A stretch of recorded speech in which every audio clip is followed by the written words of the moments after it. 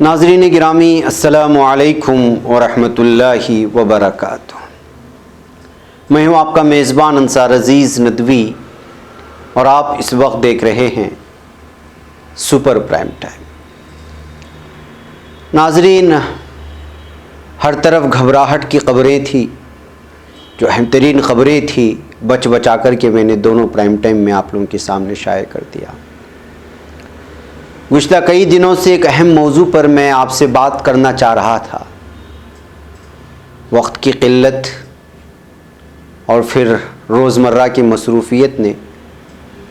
اس موضوع کو اس کے اہم ہونے کے باوجود آپ لوگوں کے سامنے میں حاضر نہیں کر سکا، لیکن آج کچھ خاص خبریں نہ ہونے کی وجہ سے آپ لوگوں کے سامنے حاضر ہوں، اور موضوع کا بھی آپ کو پتہ چل جائے گا چلتے چلتے۔ میں کچھ اشعار آپ لوگوں کے سامنے پیش کروں کہ مرنے سے گھبرانا کیسا، موت تو سب کو آنی ہے، دنیا سے کیا پیار بڑھانا، دنیا کیا ہے فانی ہے۔ کچھ آنکھوں میں دھوپ کھلی ہے، کچھ میں رات اندھیری سی، اپنی اپنی خشکی سب کی اپنا اپنا پانی ہے۔ کتنے برسوں بعد وہ مجھ سے محفل میں ٹکرایا ہے، ہونٹوں پر مسکان ہے لیکن آنکھوں میں ویرانی ہے۔ تم سے ہے یہ کام ضروری، فرصت ہو تو فون کرو، بات ذرا سے دل کی ہے پر قصہ کچھ طولانی ہے۔ روز جھمیلے آ جاتے ہیں کشتی اور ساحل کے بیچ، دریا خود الجھا الجھا ہے، موجوں میں طغیانی ہے۔ بھول کے مجھ کو خوش ہو تم بھی، میں بھی تو غمگین نہیں، موسم سے آواز گھٹی ہے، اشک نہیں یہ پانی ہے۔ اس کا چھوڑ کے جانا مجھ کو کوئی انوکھی بات نہ تھی، دل کو بھی افسوس نہیں ہے، ہاں تھوڑی حیرانی ہے۔ سب سے مشکل کام جہاں میں زندہ رہنا ہے، شاید جینا ہی دشوار عمل ہے، مر جانا آسانی ہے۔ ناظرین، کون ایسا انسان ہوگا جس میں کوئی نہ کوئی خوبی اور اچھائی نہ ہو؟ اس دنیا میں ہر انسان کے اندر کچھ نہ کچھ اچھائیاں ضرور ہوتی ہیں۔ اگر کوئی شخص اپنی خوبیوں میں نکھار پیدا کرنا چاہتا ہے تو اس کو علم دین حاصل کرنا چاہیے۔ علم دین سے خوبیوں میں جلا پیدا ہوتا ہے۔ ایک موقع پر آپ صلی اللہ علیہ وسلم نے فرمایا، خیارہم فی الجاہلیت خیارہم فی الاسلام اذا فقہوا، یعنی جو لوگ حالت کفر میں معزز سمجھے جاتے تھے، اگر وہ چاہتے ہیں کہ اسلامی معاشرے میں بھی ان کو عزت و توقیر ملے تو ان کے لیے سب سے مفید نسخہ یہ ہے کہ وہ احکام شرعیہ کے عالم ہو جائیں۔ احکام شرعیہ کے علم سے زمانے جاہلیت کی خوبیوں میں نکھار آ جائے گا اور وہ کام کی بن جائیں گے۔ اس حدیث میں ہر مسلمان کے لیے درس ہے کہ ایک مسلمان کی عزت و عظمت اور اس کی سربلندی کا راز نہ مال و دولت میں ہے، نہ حسب و نسب میں، بلکہ اس کی خیریت و عافیت اور اس کی ترقی کا انحصار احکام شرعیہ کے علم اور اس کے مطابق عمل کرنے میں ہے۔ علم دین قابل رشک چیز ہے۔ ناظرین، دراصل میرا آج کا موضوع یہ ہے کہ میں آپ کو بتاؤں کہ اس وقت ہم ایک ایسے دور سے گزر رہے ہیں جس دور میں وبا ہے، لیکن اس وبائی دور میں ہم سے اس قدر علماء کرام، فضلاء عظام ملک و بیرون ملک سے انتقال کر گئے ہیں کہ جس کی کوئی انتہا نہیں۔ میرے سامنے جو اس وقت لسٹ ہے اس میں 108 بڑے بڑے علماء کرام کے نام ہیں، جو اس مختصر سے وقفے میں اگر کہا جائے کہ 3-4 مہینوں کے وقفے میں وہ اس دار فانی سے کوچ کر گئے ہیں تو یہ صحیح ہے اور یہ حقیقت ہے۔ مولانا مشتاق صاحب کرماڑی کی بات کریں جو قدیم استاد حفظ دارالعلوم ماٹلی والا بھروچ سے ہیں، یا پھر مولانا مطیع الحق اسامہ قاسمی صدر جمعیت علماء اتر پردیش کی بات کریں، یا حافظ الیاس کرناٹکی مدرس حفظ دارالعلوم کنتھاریا بھروچ کی بات کریں، یا مولانا صادق ناظم صاحب دیولہ والا دارالعلوم آنند کی بات کریں، مولانا ولی اللہ قاسمی ناظم مدرسہ مظہر العلوم و صدر جمعیت علماء ہند نظام آباد کی بات کریں، یا مولانا شعیب صاحب وڈھالی استاد علوم کنتھاریا کی بات کریں یا پھر حکیم مولانا محمد ادریس حبان رحیمی کی بات کریں یا مولانا ابراہیم صاحب آچودی کی، حضرت مولانا اقبال ملا ندوی بھٹکلی جو قاضی شہر بھٹکل تھے، یا مولانا عبداللہ پانڈور صاحب کی، یا پھر حافظ محمد شیر پوری امام جامع مسجد صاحب کی، یا مولانا اسماعیل ناپا فاضل جامع آنند و سابق استاد جامعۃ القراءات کفلیہ کی کریں، یا پھر مولانا سلیمان کی، یا پھر حاجی پی کے احمد حسین صاحب کی جو دعوت و تبلیغ سے جڑے ہوئے تھے، یا مولانا یوسف صاحب رحمۃ اللہ علیہ کی جو بنگلور کے تبلیغی جماعت سے جڑے ہوئے تھے، مرکز سے جڑے ہوئے تھے، یا مفتی سید احمد اللہ بختیاری استاد حدیث دارالعلوم حیدرآباد کی بات کریں، یا مولانا عبد الواحد صاحب بھاگلپوری کی، یا مولانا عبد القادر سیٹھ کاوی جو ذمہ دار تھے تبلیغی جماعت کی ان کی، یا شیخ محمود صاحب کی جو قاہرہ مصر سے ہیں، یا زمبابوے سے آئی ہوئی قبر مولانا احمد جساد کی، یا مولانا عمر بسم اللہ استاد دارالعلوم آزاد ویل ساؤتھ افریقہ سے آئی ہوئی قبر، یا مولانا سید ایوب صاحب بانی و محتم جامعہ اسلامیہ دار ارقم ڈھوکی لاتور عثمان آباد کی بات کریں، یا مولانا عثمان صاحب پگوٹھنی صدر شعبہ حفظ دارالعلوم کنتھاری کی بات کریں، یا پھر مولانا خیر الاسلام امیر شریعت وسط جمعیت گوہاٹی آسام کی بات کریں، یا مولانا عبد المنعم صاحب نذیر کوکن کی، مولانا امان اللہ صاحب کی بات کریں جو مولانا پیر ذوالفقار صاحب کے نہ صرف خلیفہ تھے بلکہ بہت بڑی ذمہ داری جن کے اوپر تھی، مدارس کی ہو یا جمعیت کی ہو، مولانا ابراہیم صاحب کالیڈوی کی، یا مولانا مبارک صاحب امام راحت دیدی مسجد اسلام آباد کی، یا مولانا انعام الحق صاحب کی جو حضرت شیخ الحدیث مولانا اکرام الحق صاحب کے فرزند تھے، یا مفتی حنیف صاحب حریم قدیم مدرسہ جامعہ حقانیہ کٹور گجرات کی، یا مولانا سہیل صاحب کی بات کریں، یا مولانا نصیر الدین صاحب ناظم مجلس وحدت اسلامی حیدرآباد کی، یا مولانا داؤد متھر صاحب شاگرد خاص مولانا ایوب صاحب اعظمی صاحب کی جو ڈابیل سے ہیں، مولانا افتخار الحسن صاحب کاندلوی کی بات کریں، یا مولانا یوسف صاحب کی جو ساؤتھ افریقہ مجاز حضرت شیخ الحدیث مولانا زکریا صاحب کی جو خلیفہ مجاز تھے، حافظ رمضان صاحب استاد دارالعلوم بھاپ راجستھان کی بات کریں، یا مولانا سلیم صاحب کی، یا مولانا زید پالنپوری کی، یا مولانا عبدالحق صاحب محتم دارالعلوم آنند کی، یا پھر تبلیغی جماعت تمل ناڈو انڈیا کے امیر ولی کامل حضرت عبد القادر عالم شاہ رحمۃ اللہ علیہ کی بات کریں، یا قاری سید خالد حسین تھانوی رحمۃ اللہ علیہ کی بات کریں، مسلک اہل حدیث سے تعلق رکھنے والے پروفیسر عبد الرحمن لدھیانوی کی بات کریں، یا پھر حبیب اللہ شاہ صاحب رحمۃ اللہ علیہ کے بیٹے سید حسن نصر اللہ شاہ رحمۃ اللہ علیہ کی، کتنے علماء کرام اس وقت جو ہے اس دار فانی سے کوچ کر گئے ہیں۔ شیخ مولانا پیر عبد الحفیظ مکی صاحب کا نام آ رہا ہے، مولانا حسام الدین صاحب قاسمی، افغانستان کے شیخ مسعود جان نقشبندی، تبلیغی جماعت کے امیر جھنگ مہر غلام محمد، جامعہ ربانیہ ٹوبا کے شیخ الحدیث مولانا سراج الدین رحمۃ اللہ علیہ، مولانا محمد یونس ہزاروی، حافظ صغیر احمد رحم اللہ لاہور سے، مانسہارا کی مشہور علمی شخصیت مولانا شاہ عبد العزیز، یادگار اسلاف صادق حسین شاہ رحمۃ اللہ علیہ راول پنڈی سے، مولانا عزیز الرحمن ہزاروی جو اسلامی اسکالر تھے اور جامعہ دارالعلوم زکریا اسلام آباد کے صدر تھے، شیخ الحدیث مولانا عبد الرؤوف راول پنڈی سے، حضرت صوفی ڈاکٹر عبد المقیم رحمۃ اللہ علیہ، جامعہ بن نوریہ ٹاؤن کے قدیم استاد مولانا قاری نسیم الدین صاحب، مولانا غلام اللہ خان لاہور کے والد مولانا صبغت اللہ رحمۃ اللہ علیہ، مولانا عبد المحیمن قریشی دارالعلوم مدنیہ بہاولپور کے پہلے فاضل مولانا عبد العزیز رحمۃ اللہ علیہ، شیخ راشد الحقان، حضرت مولانا یوسف صاحب رحمۃ اللہ علیہ بودھانیہ جو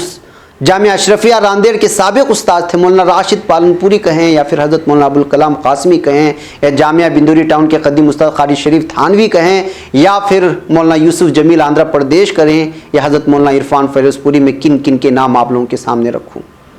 مولانا عبد الرحیم فلاحی رحمۃ اللہ علیہ، حضرت مولانا وسیم گنگوئی، حضرت مولانا حفظ الرحمان کاکوسی، فکر نانوتوی کے امین رئیس المحدثین شیخ الحدیث مولانا مفتی سعید احمد پالنپوری، سب کے سب اس دنیا سے رخصت کر گئے اس مختصر سے وقفے میں۔ تو ناظرین آپ بتائیے کہ اس قدر علماء کرام کا اس دنیا سے اٹھ جانا آخر کیا معنی رکھتا ہے؟ ناظرین میں صحیح بخاری کی ایک روایت آپ لوگوں کے سامنے رکھنا چاہتا ہوں۔ میں یہ روایت ان لوگوں کے سامنے بھی رکھنا چاہتا ہوں جو اس وقت سوشل میڈیا میں علماء کرام کو لے کر کے ان کے اندر بدظنی پیدا کرنے کی کوشش کرتے ہیں، گستاخیاں کرتے ہیں، اور میں ان علماء کرام کے سامنے بھی حدیث رکھنا چاہتا ہوں جو دیگر علماء کرام کو بدنام کرنے کے لیے صرف اپنی ذاتی مفاد کے لیے، اپنی انا پرستی کے لیے سوشل میڈیا میں ہنگامہ کھڑا کر دیتے ہیں الگ الگ ناموں سے، اور گمنام بن کر کے، بزدل بن کر کے۔ جو کچھ بھی سوشل میڈیا میں ہو رہا ہے، جو اردو پڑھنا جانتے ہیں، لکھنا جانتے ہیں، وہ سوشل میڈیا میں اس وقت کیا ہنگامہ آ رہی ہے وہ سب آپ جانتے ہیں۔ جبکہ اس وبائی دور میں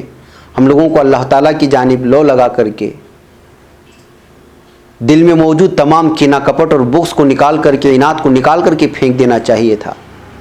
لیکن اس کے برعکس ہمارے بعض علماء اکرام کیا کر رہے ہیں، علماء اکرام کے نام سے وہ بخوبی جانتے ہیں، اور مجھے اس کے اظہار کا یہاں پہ نہ کوئی مطلب ہے۔ جن کو مجھے یہ بات پہنچانا ہے ان تک پہنچ رہی ہے، میں بہتر انداز میں جانتا ہوں۔ صحیح بخاری کی یہ روایت ہے، اہل کوفہ نے سیدنا سعد ابن ابی وقاص رضی اللہ تعالیٰ عنہ کی سیدنا عمر فاروق رضی اللہ تعالیٰ عنہ سے شکایت کی۔ 755 حدیث نمبر ہے، آپ ضرور دیکھیں، بالخصوص ہمارے علماء کرام، اور وہ علماء کرام جو علماء کرام سوشل میڈیا میں بہت ہی زیادہ کردار کشی کرتے ہیں۔ بہرکیف سیدنا عمر رضی اللہ تعالیٰ عنہ نے ان کو معزول کر کے سیدنا عمار رضی اللہ تعالیٰ عنہ کو کوفہ کا حاکم بنایا۔ تو کوفہ والوں نے حضرت سعد کے متعلق یہاں تک کہہ دیا کہ وہ تو اچھی طرح نماز بھی نہیں پڑھا سکتے۔ چنانچہ عمر رضی اللہ تعالیٰ عنہ نے ان کو بلا بھیجا۔ آپ نے ان سے پوچھا کہ اے ابو اسحاق، یہ کنیت ہے حضرت سعد رضی اللہ تعالیٰ عنہ کی، ان کوفہ والوں کا خیال ہے کہ تم اچھی طرح نماز نہیں پڑھا سکتے ہو۔ اس پر آپ نے جواب دیا کہ اللہ کی قسم، میں تو انہیں نبی کریم صلی اللہ علیہ وسلم ہی کی طرح نماز پڑھاتا تھا، اس میں کوتاہی نہیں کرتا۔ عشاء کی نماز پڑھاتا تو اس کی 2 پہلی رکعت میں قرات لمبی کرتا اور دوسری 2 رکعتیں ہلکی پڑھاتا۔ سیدنا عمر رضی اللہ تعالیٰ عنہ نے فرمایا کہ ابو اسحاق، مجھ کو تم سے امید بھی یہی تھی۔ پھر آپ نے سیدنا سعد رضی اللہ تعالیٰ عنہ کے ساتھ یہ کیا، کئی آدمیوں کو، صحابیوں کو کوفہ بھیجا۔ قاصد نے ہر مسجد میں جا کر ان سے متعلق پوچھا، سب نے آپ کی تعریف کی، حضرت سعد۔ لیکن جب مسجد بنی عبس میں گئے تو ایک شخص جس کا نام اسامہ بن قتادہ اور کنیت ابو سعدہ تھی وہ کھڑا ہو گیا۔ اس نے کہا کہ جب آپ نے اللہ کا واسطہ دے کر پوچھا ہے تو سنیے کہ سعد نہ فوج کے ساتھ خود جہاد کرتے تھے، نہ مال غنیمت کی تقسیم صحیح کرتے تھے، اور نہ فیصلے میں عدل و انصاف کرتے تھے۔ سراسر الزامات دھڑا دھڑ لگا رہا تھا۔ تو سعد رضی اللہ تعالیٰ عنہ نے یہ سن کر کے فرمایا کہ اللہ کی قسم، میں تمہاری اس بات پر 3 دعائیں کرتا ہوں۔ اے اللہ، اگر تیرا یہ بندہ جھوٹا ہے اور صرف ریا و نمود کے لیے کھڑا ہوا ہے تو اس کی عمر دراز کر اور اسے خوب محتاج بنا اور اسے فتنوں میں مبتلا کر۔ اس کے بعد وہ شخص اس درجے بدحال ہوا کہ جب اس سے پوچھا جاتا تو کہتا کہ یہ بوڑھا اور پریشان حال ہوں، مجھے سعد رضی اللہ تعالیٰ عنہ کی بددعا لگ گئی ہے۔ عبد الملک نے بیان کیا ہے کہ میں نے اسے دیکھا کہ اس کی بھویں بڑھاپے کی وجہ سے آنکھوں پر آ گئی تھی، لیکن اب بھی راستوں میں وہ لڑکیوں کو چھیڑتا گھومتا تھا۔ تو ناظرین، صاف بات یہ ہے کہ صحابہ کرام رضی اللہ تعالیٰ عنہم کے زمانے بھی ایسے شقی بدبخت لوگ موجود تھے جو علماء کرام کی گستاخی و تبرہ بازی کیا کرتے تھے۔ اللہ تبارک و تعالیٰ ایسے افراد کو دنیا میں ہی ذلیل و رسوا کر کے تمام آنے والی نسلوں کے لیے نشان عبرت بنا دیا تھا، عبرت کا نشان بنا دیا تھا، اور سلسلہ آج تک جاری ہے۔ میں نے علماء کرام کے انتقال کی خبریں، اور یہ لمبی تفصیل ہے، میں نے تو مختصر نام آپ لوگوں کے سامنے پیش کیے۔ بصورت دیگر پورے عالم سے علماء کرام کے انتقال کی جو خبریں آئی ہیں وہ 200 کو پار کر رہی ہیں، 200 سے زیادہ، اور یہ وہ علماء کرام تھے جو سماج و معاشرے میں اس قدر مشہور تھے، اور اس قدر جو ہے ان کا طبقہ اتنا بڑا تھا اور ان کے ماننے والوں کا کہ جس کی کوئی انتہا نہیں تھی، لیکن سب اس دار فانی سے کوچ کر گئے ہیں۔ دھڑا دھڑ ایک جانب سے چلا جانا یہ ہماری بدقسمتی ہے۔ قرب قیامت میں علم اٹھا لیے جانے کا مطلب ہے کہ علماء کرام کو اٹھا لیا جائے گا، اور ایک ایک کر کے اس طرح علماء کرام اٹھاتے ہوئے چلے جا رہے ہیں۔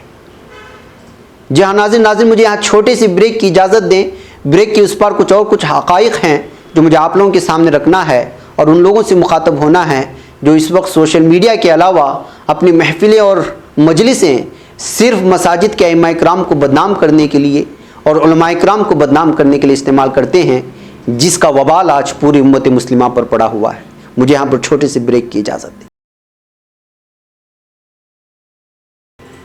ناظرین گرامی، استقبال ہے سیدھی بات کے سپر پرائم ٹائم میں۔ ناظرین گرامی، اس وقت میں بعض کتابوں کے حوالے سے ایسے واقعات آپ لوگوں کے سامنے پیش کرنا چاہتا ہوں جن کو مشہور اور معروف علماء کرام جو گزر چکے ہیں اپنی کتابوں میں درج کیا ہے۔ یہ عبرت آموز واقعات ہیں ان لوگوں کے لیے بھی جو علماء کرام کو لے کر کے اپنے دلوں میں کینہ اور بغض رکھتے ہیں، اور ان مولویوں کے لیے بھی جو اپنی ہی برادری کے دوسرے مولویوں کی کردار کشی کرتے ہیں یا پھر چھوٹی موٹی غلطیوں کو لے کر کے ان کو سماج و طبقے میں بدنام کرنے کی کوشش کرتے ہیں، جبکہ اپنے گرہبان میں جھانکتے نہیں ہیں اور اپنے ماضی کو دیکھتے نہیں ہیں کہ ان کا ماضی کتنا سیاہ ہے اور ان کے گرہبان میں کتنا کیچڑ بڑا ہوا ہے۔ بہرکیف ناظرین، محمد بن علی توسی رحمۃ اللہ علیہ فرماتے ہیں کہ خالد بن خداش نے میرے والد کو ایک خط کے ذریعے اس دن کے واقعے کی خبر دی جس دن امام احمد کو درے مارے گئے تھے، امام احمد بن حنبل رحمۃ اللہ علیہ کو کوڑے مارے گئے تھے۔ یہ سن کر ایک شخص شکرانے کی نماز پڑھنے مسجد چلا گیا تو اللہ تعالیٰ نے اسے سینے تک زمین میں دھنسا دیا۔ اس کی چیخ و پکار پر لوگ جمع ہوئے تو اسے کھینچ کر باہر نکالا۔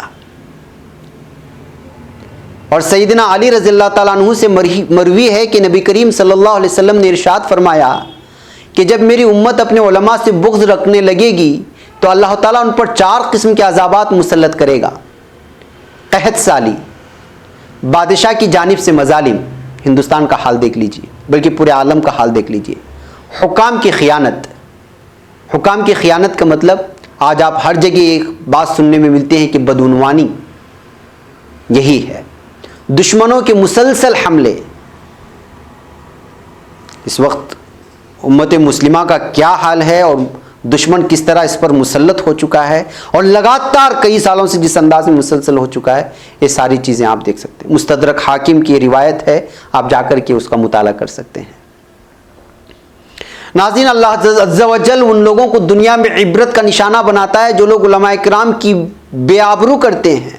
ان کو بے عزت کرتے ہیں، ان کو ہراساں کرنے کی کوشش کرتے ہیں، ان کی کردار کشی کرتے ہیں، ان کے ٹوخ میں لگے رہتے ہیں، ان کی غیبت کرتے ہیں، ان کو بدنام کرنے کی کوشش کرتے ہیں، اور خود کا کالر اونچا کرنے کے لیے ایسی محفل میں شرکت کر کے ان لوگوں کے اوپر تہمتیں لگاتے ہیں جس کی کوئی انتہا نہیں ہوتی۔ عمران بن موسیٰ رحمۃ اللہ علیہ فرماتے ہیں کہ میں ابو العروح کے پاس گیا، یہ وہ شخص تھا جس نے احمد بن حنبل رحمۃ اللہ علیہ کو کوڑے مارے تھے۔ میں نے دیکھا کہ وہ 45 دن تک کتے کی طرح بھونکتے بھونکتے مر گیا۔ مناقب احمد ایک کتاب ہے،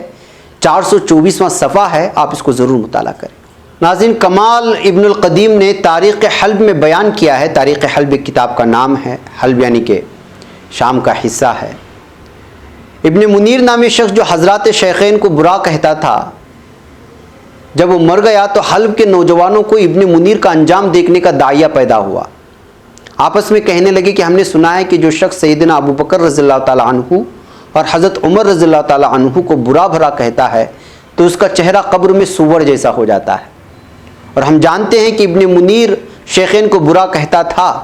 چلو اس کی قبر کھود کر دیکھیں کیا واقعی ایسا ہی ہے جیسا کہ ہم نے سنا ہے۔ چنانچہ چند نوجوان اس پر متفق ہو گئے، بالآخر انہوں نے ابن منیر کی قبر کھود ڈالا۔ جب قبر کھودی گئی تو کھلی آنکھوں سے دیکھا گیا کہ اس کا چہرہ قبلہ سے پھر گیا تھا اور سور کی شکل میں تبدیل ہو گیا ہے۔ چنانچہ اس کی لاش کو عبرت کے لیے مجمع عام میں لایا گیا، پھر اس کو مٹی میں چھپا دیا گیا۔ الزواجر کتاب کا نام ہے، اس کے حوالے سے میں نے یہ واقعہ آپ لوگوں کے سامنے رکھا ہے۔ ناظرین گرامی، یہ کچھ واقعات ہیں، بلکہ بہت سارے الگ الگ کتابوں میں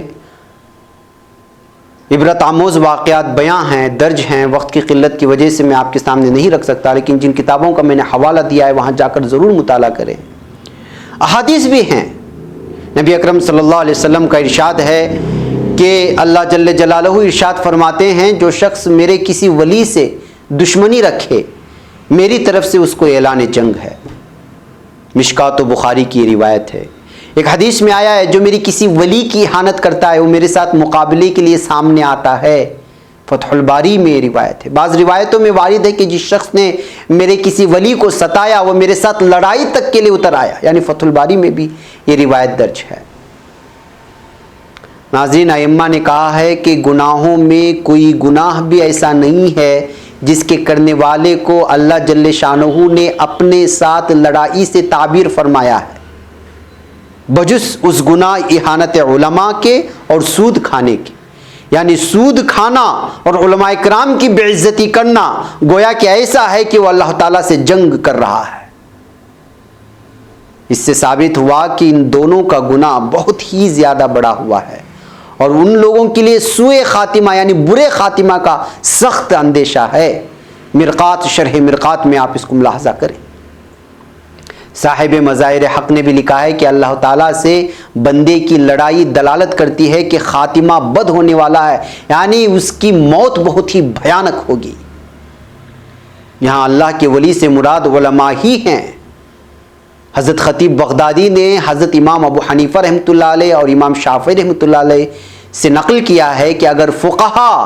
علماء اللہ کے ولی نہیں ہیں تو پھر اللہ کا کوئی ولی ہے ہی نہیں ہے۔ اور حضرت علی رضی اللہ تعالیٰ عنہ نے ایک مرتبہ فرمایا جہلا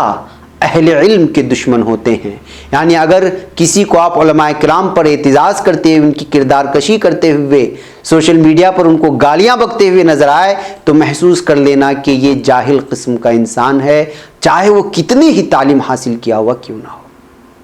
تو ناظرین، ایسے بہت سارے چیزیں ہیں، البتہ مجھے کچھ ان دنوں میں محسوس ہوا کہ یہ چیزیں ہمارے علماء کرام کے سامنے بھی آنا چاہیے اور ان مولویوں کے سامنے بھی جو ان احادیث کو بھلا بیٹھے ہیں اور اپنی ہی برادری کے علماء کرام کی کردار کشی کرنے پر اتر آئے ہیں چند مطلبوں کے لیے اور چند دنیوی جو ہے فائدوں کے لیے۔ میں اسی لیے چاہتا ہوں کہ آپ بھی سنیں، اور سب سے افسوسناک بات یہ ہے کہ علماء کرام کی اتنی لمبی فہرست میں نے سنائی، بلکہ مزید نام لوں گا تو میں تھک جاؤں گا اور وقت بھی نہیں ہوگا۔ بڑے بڑے علماء کرام اس دنیا سے رخصت ہو چکے ہیں اور ہمارے عام عوام کے کانوں پر جوں تک نہیں رینگی ہے کہ اتنے بڑے بڑے علماء کرام اس دنیا سے رخصت ہو رہے ہیں۔ ہم ابھی بھی جو ہے اپنے گناہوں سے معافی مانگے اور جو ہے اللہ تعالیٰ کی جانب پلٹے، ایسا کسی کے اندر یہ محسوس نہیں کیا گیا۔ اسی چیز پر، اسی دل پر ضرب لگانے کے لیے میں نے یہ تمام چیزیں آپ لوگوں کے سامنے رکھنے کی کوشش کی ہے۔ میرا کام تھا آپ تک پہنچانا، محسوس کرنا آپ لوگوں کا کام ہے، دوسروں تک پھیلانا آپ لوگوں کا کام ہے۔ مجھے یہاں پر اجازت دیں۔ السلام علیکم ورحمۃ اللہ وبرکاتہ۔